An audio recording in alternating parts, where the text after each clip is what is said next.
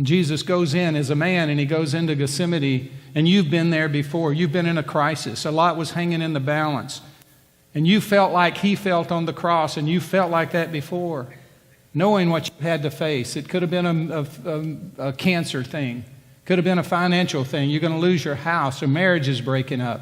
Your kids are on drugs. Could be any crisis. And you find yourself in Gethsemane saying, Father, if this cup can pass from me, if there's any way you can deliver me from this. And this is where the American God kicks in as opposed to the Jesus of Nazareth and the God that we have, Jehovah.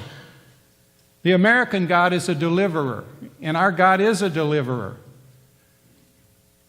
But in America, he's a utilitarian God. He's a God who comes in crisis and delivers us out of it.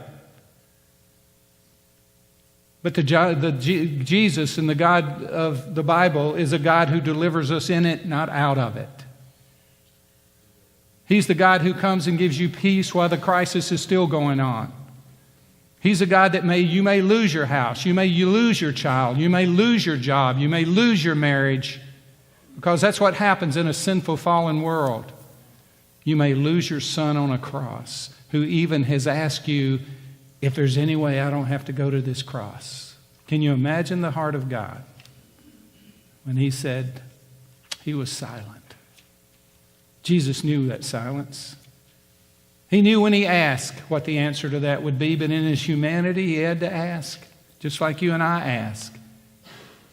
But see, the difference in Jesus and many of us is that Jesus followed that request up with, not my will, but your will be done.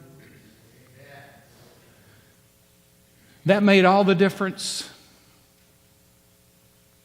That separates the men from the boys when it comes to spiritual maturity and life.